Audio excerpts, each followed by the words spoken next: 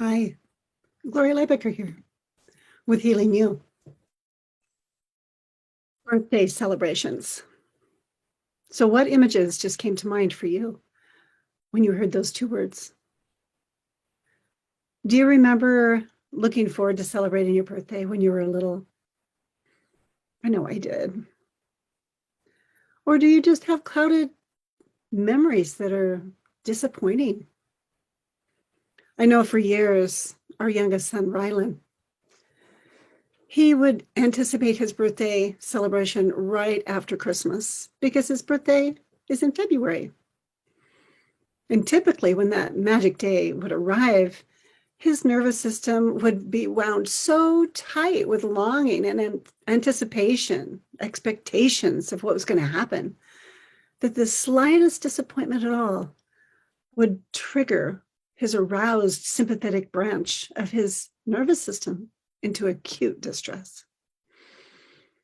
As the distress levels build up in children, a hormonal chain reaction is set in motion, and their bodies are primed for action. High levels of stress hormones wash over the brain and over the body, and there's a withdrawal of the chemicals that promote feelings of well-being. The pain circuits in the brain are then activated, and it's just as if the child was hurt physically. So I remember previous years where Rylan, upon hearing that his friend could not come to his celebration, he would just fall to the ground. He'd curl up in despair and he'd loudly emit distraught cries of grief and strong, broken emotional language.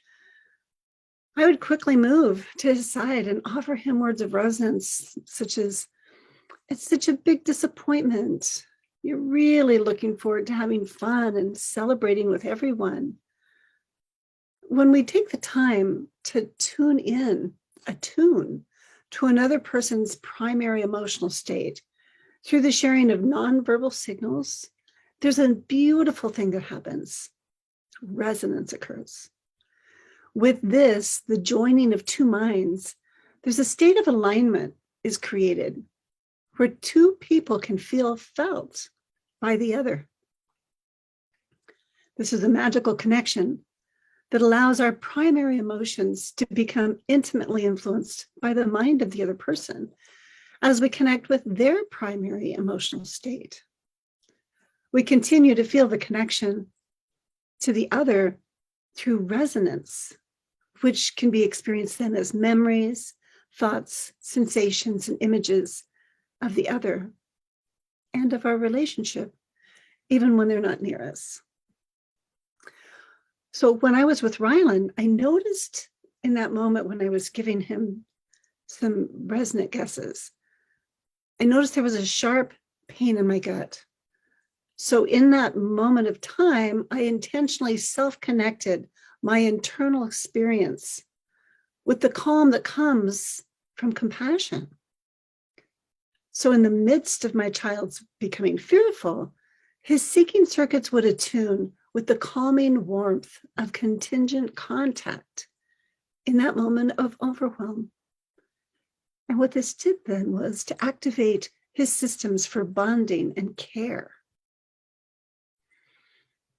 So back to my story with Rylan and his disappointment. When I made those guesses, he cried out, "Yes, he promised he would be there. He promised." So I had another exchange with him. I said, "You really love it when you can count on things happening predictably and easy." That was an empathy guess. And then I gently stroked his forehead, supporting the release of the soothing chemical oxytocin, which also invited his system to come back into balance. When we take the time to comfort a screaming child, it activates their vagus nerve, which belongs to the parasympathetic branch of the nervous system. This makes it possible for the child to slow down and to begin to relax. The more responsive and attuned that you are to your child, the greater the regulation of their body's arousal systems will become, especially with consistent, repeated experiences. So then a couple years later, when I received the news that 2 of his friends and 1 of his sisters would not be able to attend his celebration, both my husband and I prepared to once again offer all the calming warmth possible, with hopes that his special day would be the best that it could be. We instead witnessed an amazing difference in our son's experience as he took in this hugely disappointing information. His head dropped and his body folded over slightly in a bit of a collapse, as his eyes and his face revealed his deep disappointment. And then, taking a deep breath, he straightened back up and, meeting my eyes with a look of concern, he said, "Man, they must feel really disappointed. I know they were really looking forward to getting to come. Can I give them a call and talk with them?" What an amazing difference. As I remember that moment in time now, I recognize how I consistently offered empathy and presence in relationship with my son. That new neural pathways were being made. They were being laid down between the middle prefrontal cortex and that alarm system, his limbic system. Stronger connections were linking them together. And his balancing circuits in that middle prefrontal cortex, they were really getting anchored. His resonance circuits formed a representation of my emotionally responsive presence, which then empowered him to self-regulate and live a life of well-being.